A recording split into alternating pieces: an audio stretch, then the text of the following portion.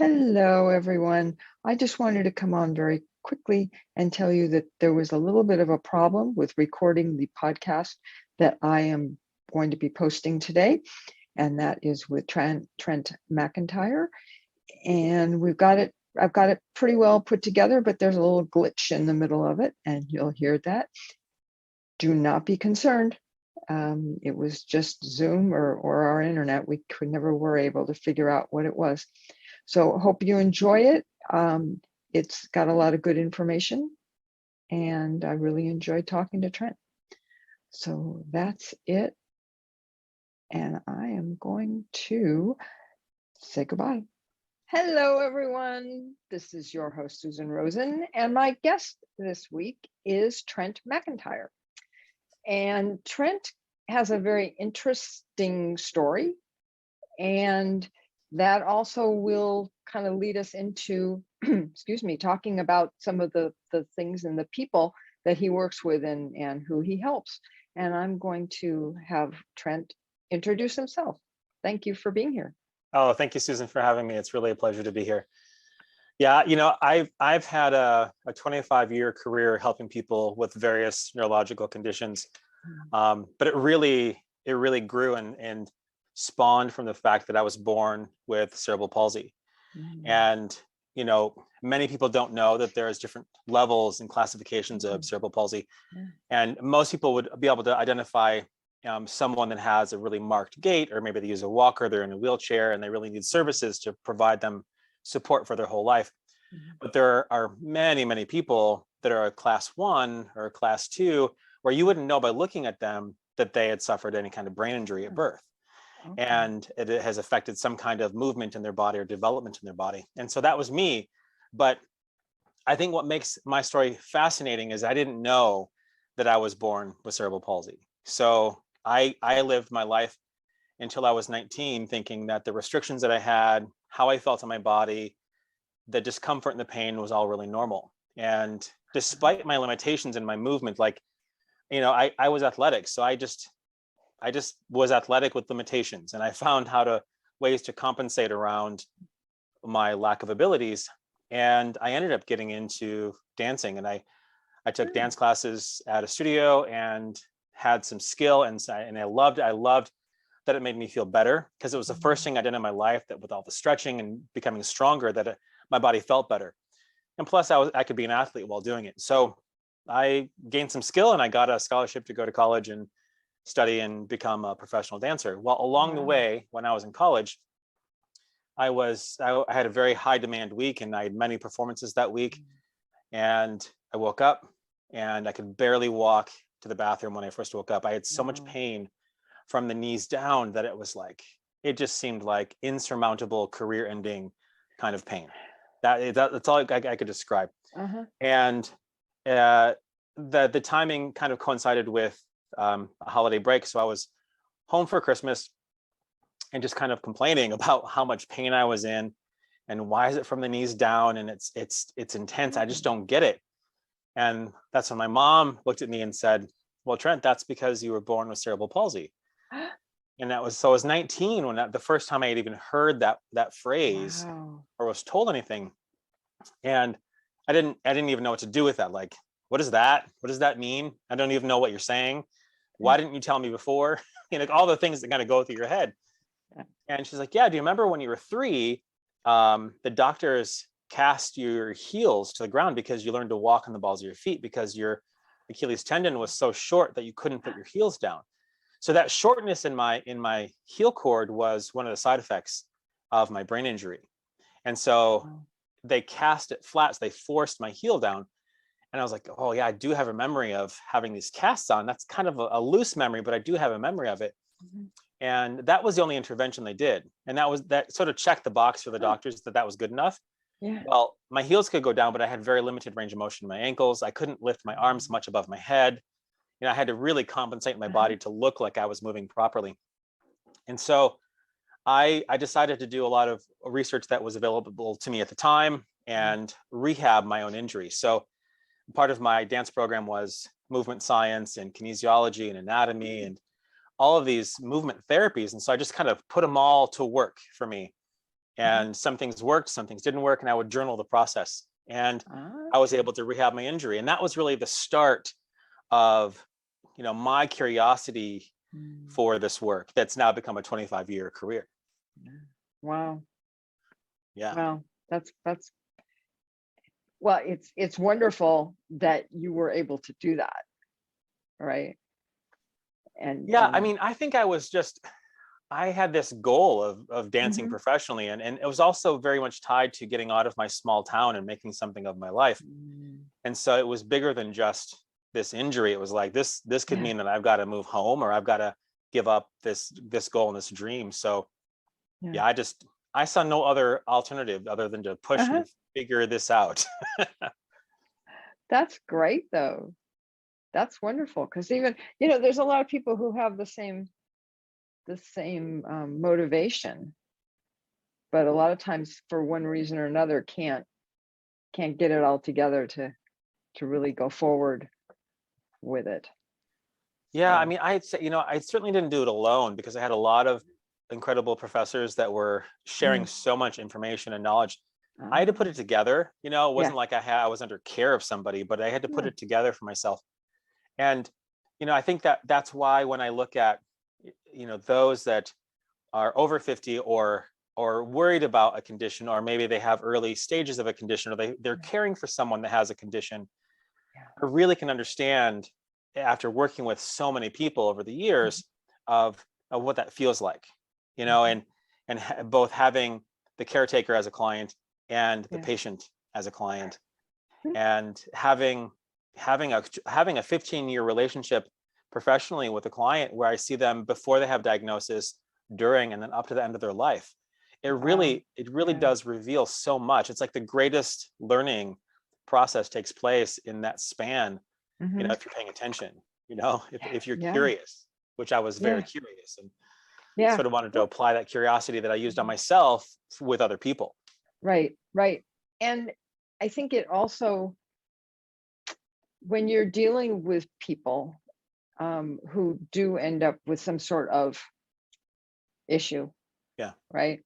Um, Having had the same one, but even just having had an issue as well makes you much more relatable and much more believable, Yeah.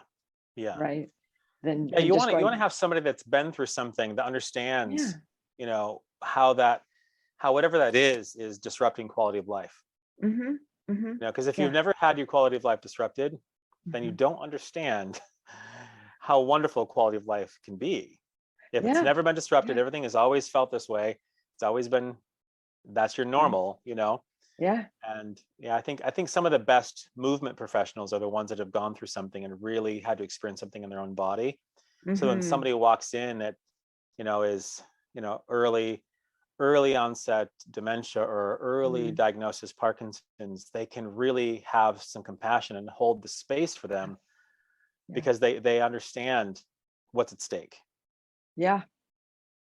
Yeah. Yeah. Yeah. Absolutely. Especially because, the relatives or the people that are taking care of them and supporting them, you know, it's hard for them because it's 24 hours a day. Yeah. And so they can have a tendency, and I know I had, I did this. That's why I know, at a certain point, you kind of, you don't blow up, but you get close to blowing up Hmm. at somebody. Well, why can't you do that? Yeah. Kind of thing, even though you know why. Yep. Yep. There's just so much, there's so much overwhelm. I Yeah. think. And you're tired. It's when you have another professional providing some support, they're not Mhm. in it for 24/7. They're not tired in your That's right. situation. Yeah. So they can come in and have fresh eyes and fresh Mm, views, and mm, provide some insight and support that mm, you just can't. If you're the yeah. caretaker, I've seen it too many times. You're tired. You're tired until it's over, and then you're recovering from being tired, which makes you more tired. It's like, it's this process that I've seen so many times. And Yeah. it's you you find the energy, Uh-huh. you dig in because you love them and you want to Right. be that caretaker. Yeah. And then, at some point you do have to take care of yourself. There's Mm. hopefully you see Mm. that as a valued thing, because if you don't, then you really run yourself into the ground. Yeah. Yeah. Yeah. Yeah. Oh no, absolutely. Absolutely. Yeah. Yeah. And I think that is probably even more usual or normal, whatever you want to call it, in people that are over 50, over 60, Yeah, because for sure. that's how we were raised, right? Particularly the women. Yeah. Yeah. I have two incredible clients that I have worked with for many years, and Mhm. they're in their 80s, and when there was lockdown from the pandemic, he was going into hospice. So they did hospice at home during all of this. Oh God. And I watched her find strength that I could never imagine. I just such Wow. incredible strength. And so what an honor to be a part of that, but also what an honor Mhm. to be a part of helping her recover from how much output is Yeah. required to provide such care under such extreme circumstances.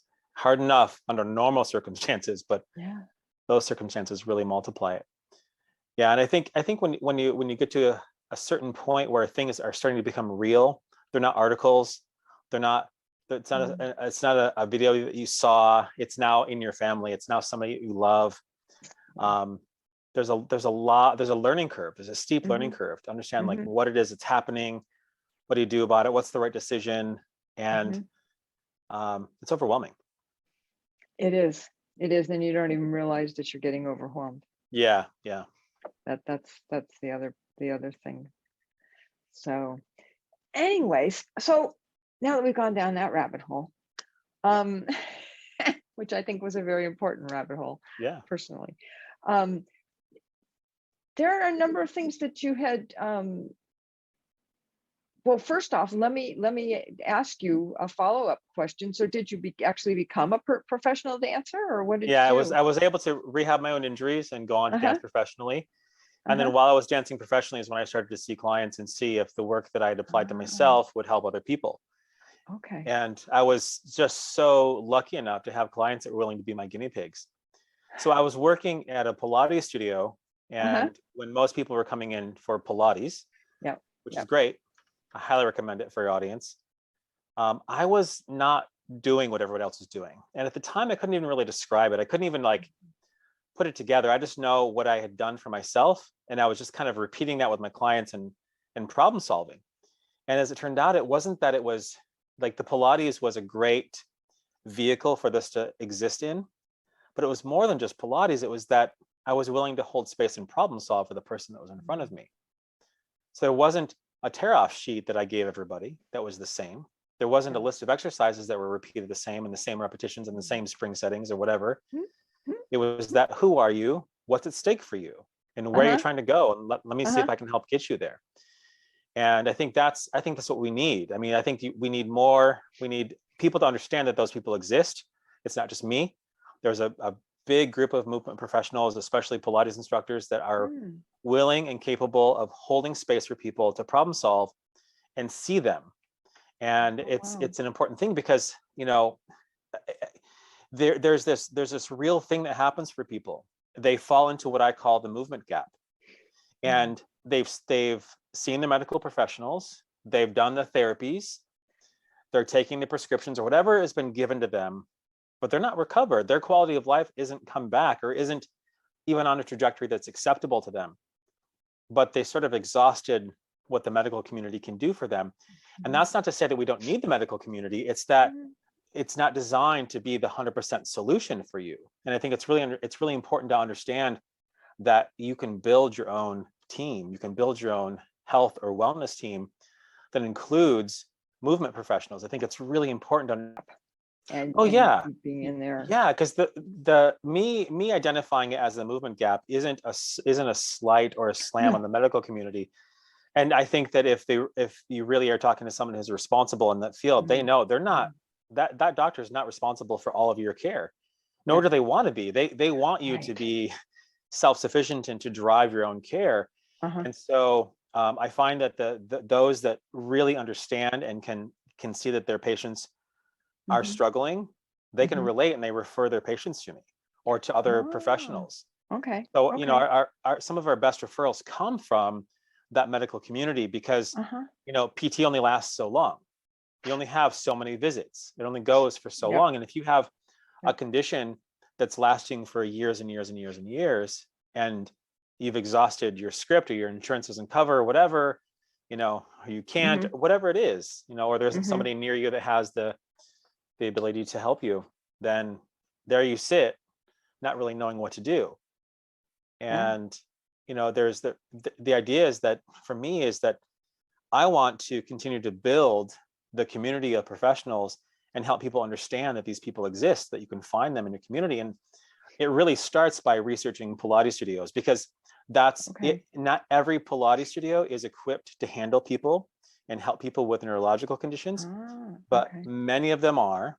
And many of them have at least one or two people that kind of specialize in that in their Okay. facility. And a Okay. lot of them work independently by themselves, either out of their home or they go to people's homes or Right. whatnot.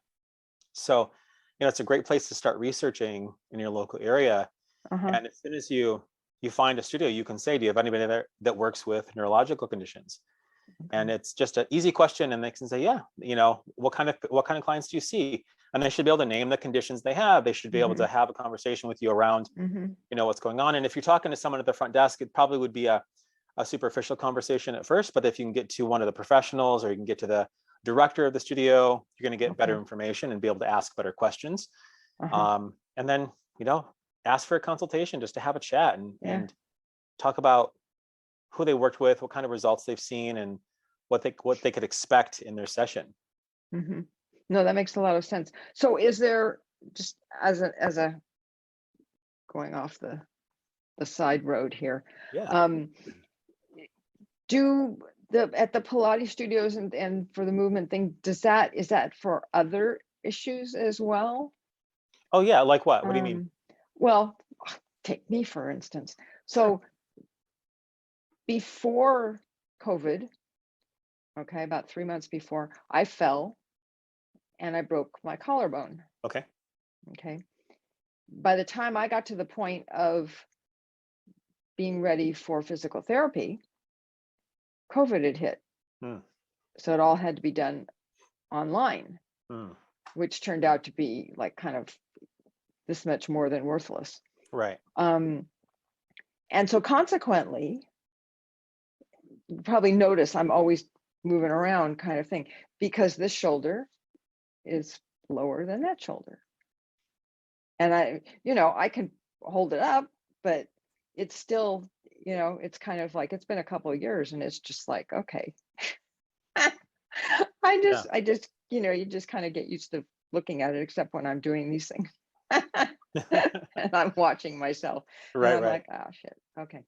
So anyways, but so those kinds of physical, right? Yeah. Maybe Yeah. somebody has a problem with their leg or their hips, right? I mean, that's a Yeah. big thing as you get older. Yeah, for sure. The thing that I think people really need to know about working with a movement professional is that, you Uh-huh. know, Pilates is one of their skills. It's one of their tools. Okay. So a movement professional has many tools. Mm. They bring a lot to the game. They bring a lot to the table. Uh-huh. And so, yeah, Pilates, they usually work in a Pilates studio because it's the environment that's really conducive to Okay. what they do. Uh-huh. So yeah, if you do Pilates exercises, they're going to help with your alignment and your connection, Mm. your control, and your coordination for sure. When you have somebody who's a really skilled movement professional, they're able to look at your movement patterns. They're able to look at you Mm. through a lens of understanding all the different ways your brain learns Mm-hmm. and how, you know, there's a reality to the better input you give to the brain, the better output you have in your body. Right. Yeah. And so I call that having a whole brain approach, like really Mm. understanding how your brain takes in information. And certainly moving your joints and your muscles is one of those ways. Uh-huh. But to really, really provide good information to your brain, it also means having strong and coordinated visual system, your eyes. And Okay. it's an often overlooked piece because we think of your eyes needing to have like acuity, like I want to be able to read or see close up or see far away. And that's kind of where it starts and finishes when it comes to the eyes. Uh-huh. But what's amazing is that your range of motion, your strength, your coordination, your balance is all tied to your eyes and your inner ear. And so when you're trying to improve, especially over 50, you're looking to improve these things, Right. but you're only working in muscles and joints in alignment. You stay in that category and your balance doesn't improve and your coordination doesn't improve as much as it could. It's because you're missing some really important inputs to the brain. And so that's where I really nerd out. Like that's where like it's really fun to see really powerful changes when you start getting simple eye exercises or simple inner ear exercises that anybody can do that provide like tremendous responses. And it seems like kind of like magic because people can be so deficient in those areas that you just do something simple and small and it really provides a pretty profound response. Wow. Wow. Yeah, that sounds great. I'll have to go check that out. Yeah. So for me, I this is like the kind of like the second branch of my story because I stumbled on this through my own experience. So, the cerebral palsy was one big branch and driving factor that really ignited my curiosity. But really what added fuel to the fire was, I failed first grade because I didn't have an ability to read well enough. So they held me back. Okay. And it turned out to be the best thing that could happen to me because that set me on a trajectory of being curious and invested in this reading issue that I had. And it wasn't until I was in my 30s before I could really read a book without falling asleep. I get two sentences in and just totally fall asleep. And so in college to read, I'd get up early in the morning, I'd stand up, I'd read all my stuff standing before class so that I could make myself not fall asleep. And then after college, I just relied on audiobooks. And I would say, well, I'm reading a book, but I was listening to it. But it had so much shame around not being able to read. And it wasn't that I couldn't read words. I wasn't illiterate, but I couldn't stay awake. And so I was talking to a client of mine that I was reading this book series, but I was listening to it. But I said reading, and I said, I got to get the next one. And I think I'm going to take it with me on my trip because I have this trip coming up to California. I'm going to be at a conference. And so the next time she came in for her session, she brought me the copy of the next book in the series. No. That's what I said. I was like, oh my gosh, now I'm going to have to get the audiobook and listen to it before I get back so I can tell her how much I loved it and all this stuff to cover up the fact that I didn't read books. Yeah. And so I took the book with me knowing I was not going to read it.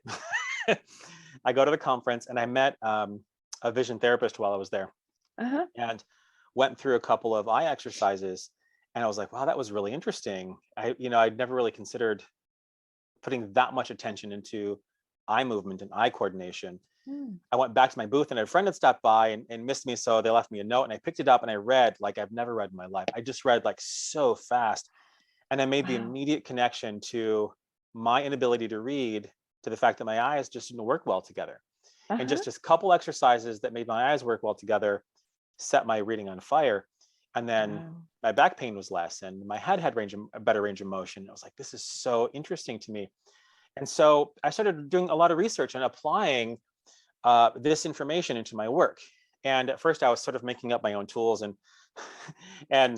I would do a lot of research, and there's a lot of really incredible vision therapists and vision therapy clinics all over the country. Well, but you're really not going to a vision therapy clinic unless you have this life disrupting problem where you're going to go get something addressed in a therapy setting, right? It's not like an everyday, go every week to exercise your eyes situation.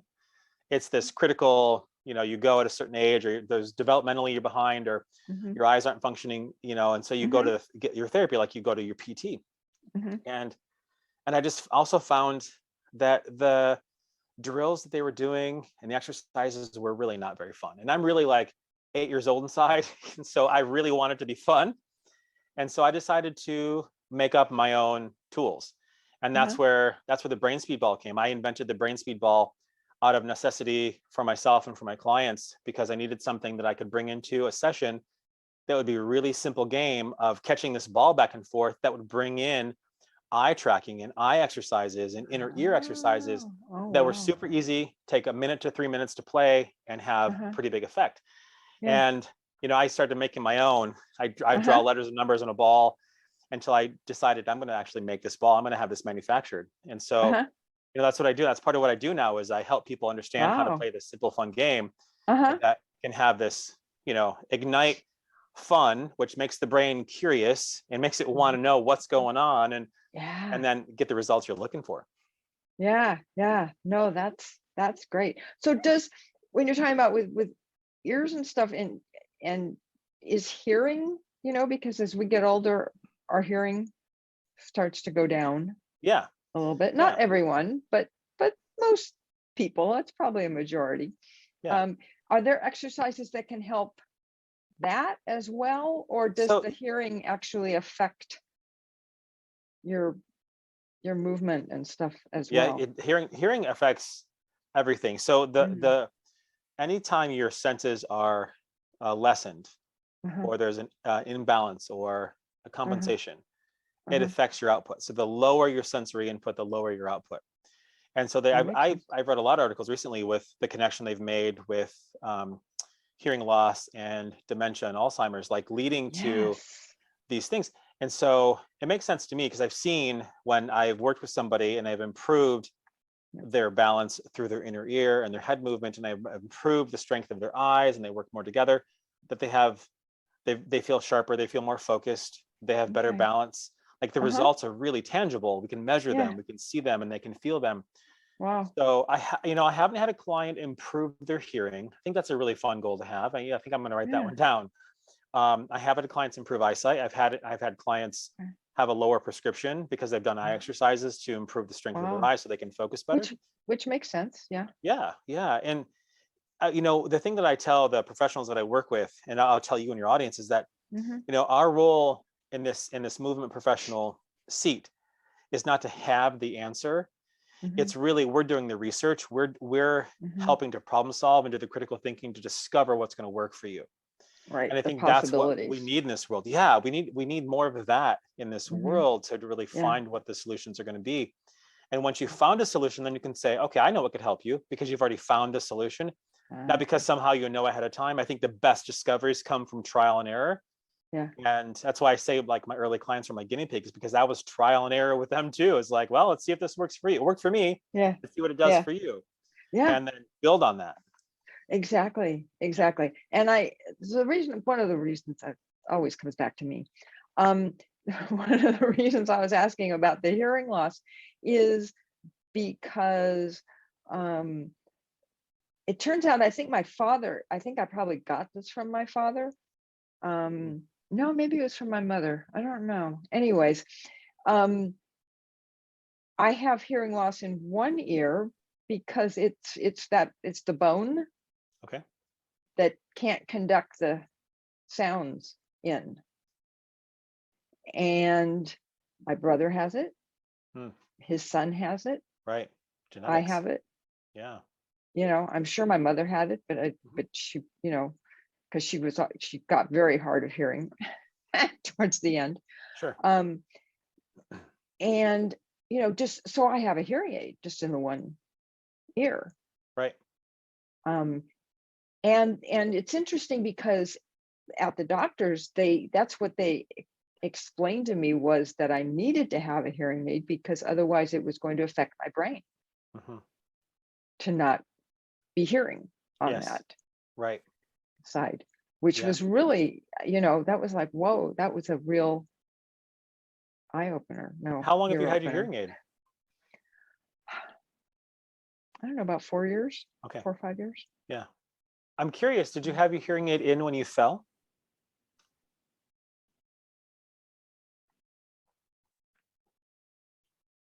Probably. I was just curious.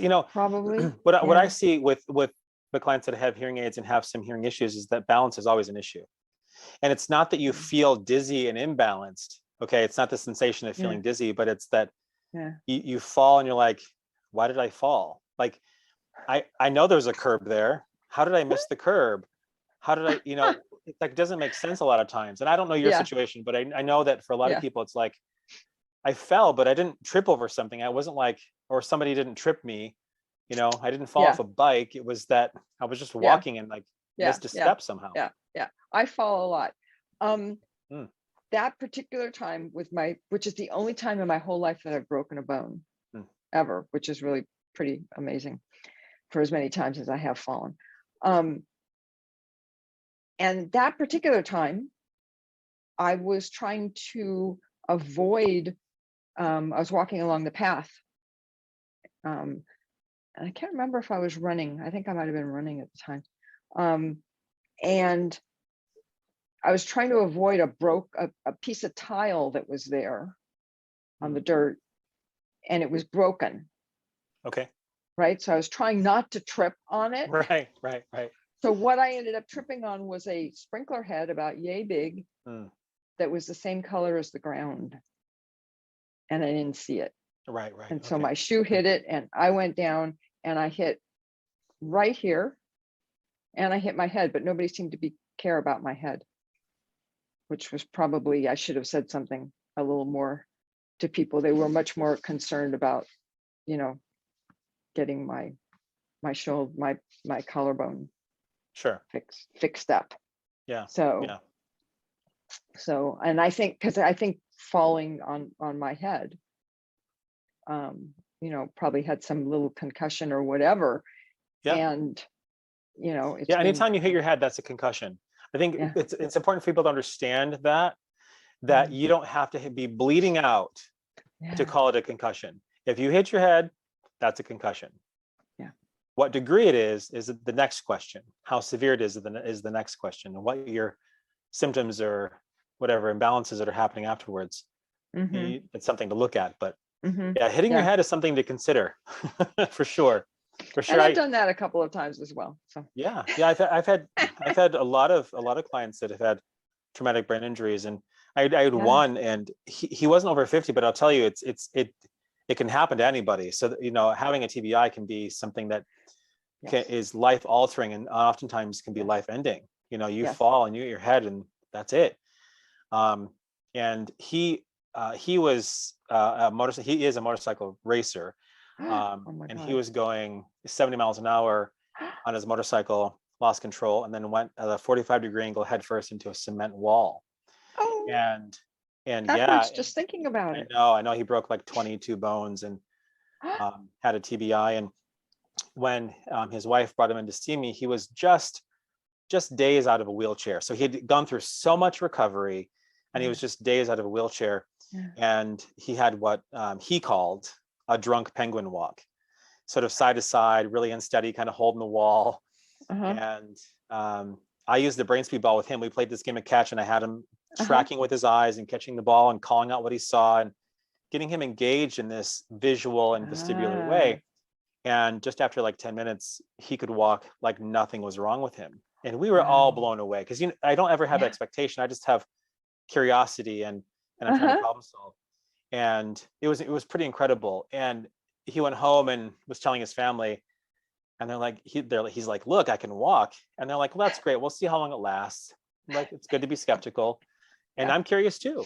And it never went back. He kept his walk. It was incredible. And he's back working full time, and he's got good quality of life restored.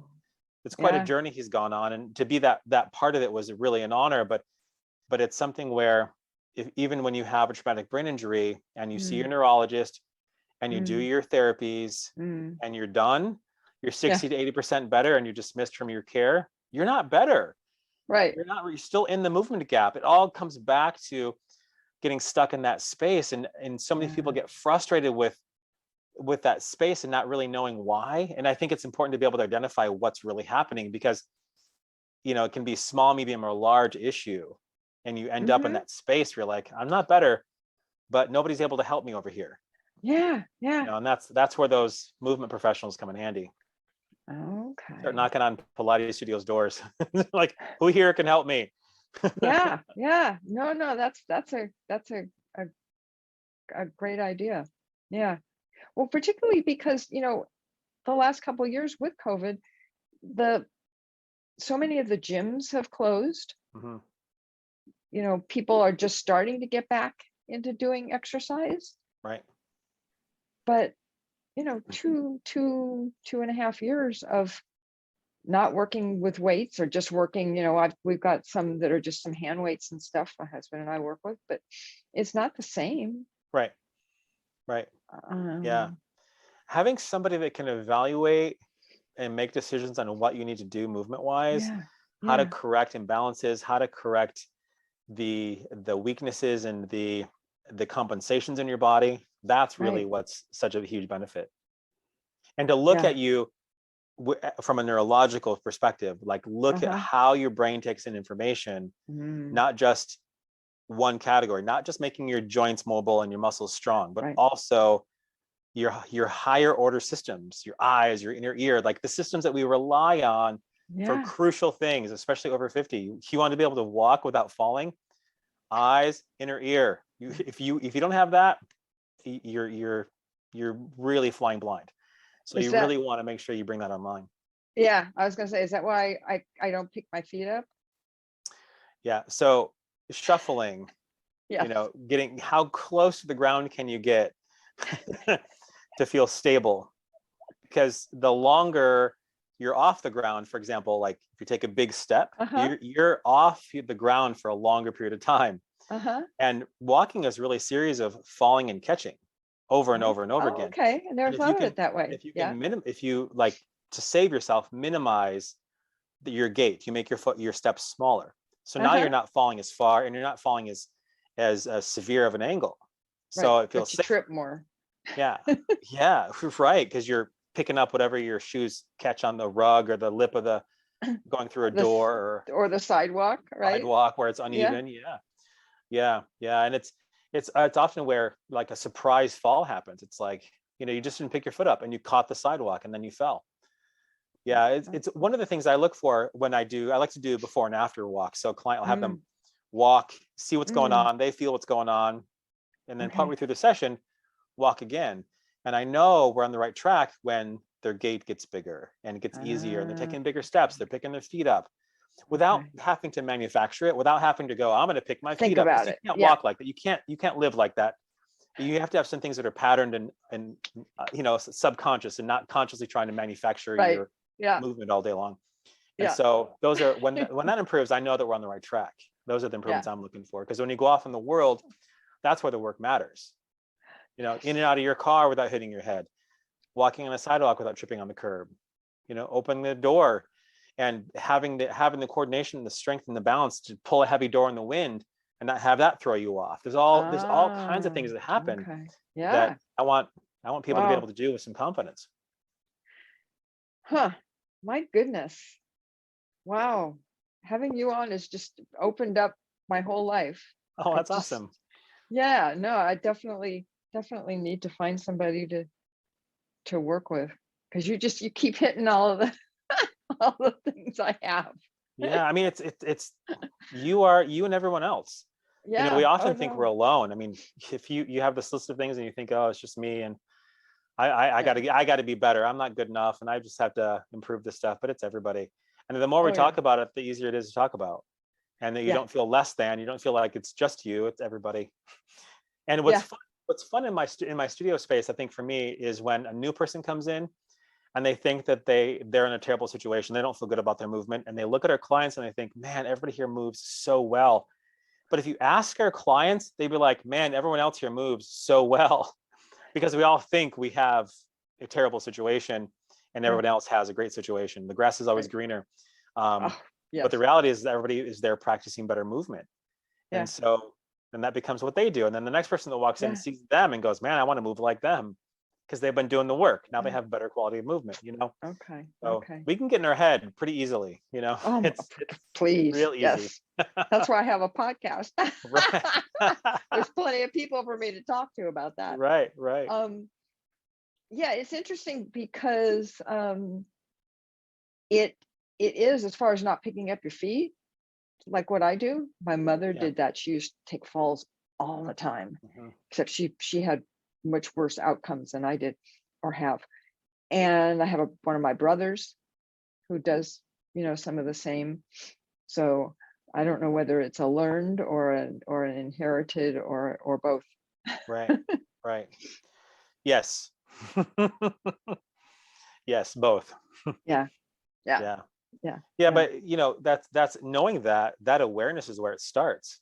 yeah, At some point you build that awareness and you go, okay, now I know what I'm working on. yeah, Without that awareness, it's just like, I don't get it. I don't know why this is happening. You don't have yeah. anything to connect it to. You don't have anything to kind of focus on to make improvements on, Or what to do about it. or how to communicate to the professionals that you're going to ask to help you. Thank you. All the things. It's like, how do you even talk about it? How do you describe what's going on? Yeah. Yeah, yeah, yeah, exactly. Exactly. So, well, I guess we should probably wrap up. We've been talking and we could probably talk for another whole whole show, which we may do. I may invite you to come back again Beautiful. I'd be because my you've got, pleasure. yeah, because you're just full of very, very, very important information, especially for people who are getting older and life is changing and they just think, oh, it's just life changing. Yeah, I'm just getting old. Right, Yeah. exactly. Rather than it being totally life changing.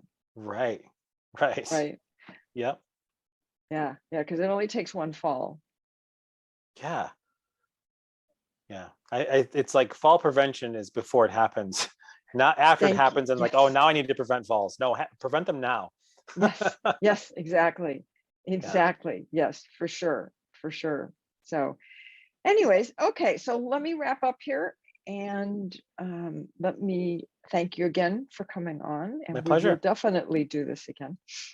Um, and neither of us are medical doctors, so please don't take any of this as medical advice. If you are having a medical issue, please go to your doctor or go to the emergency room.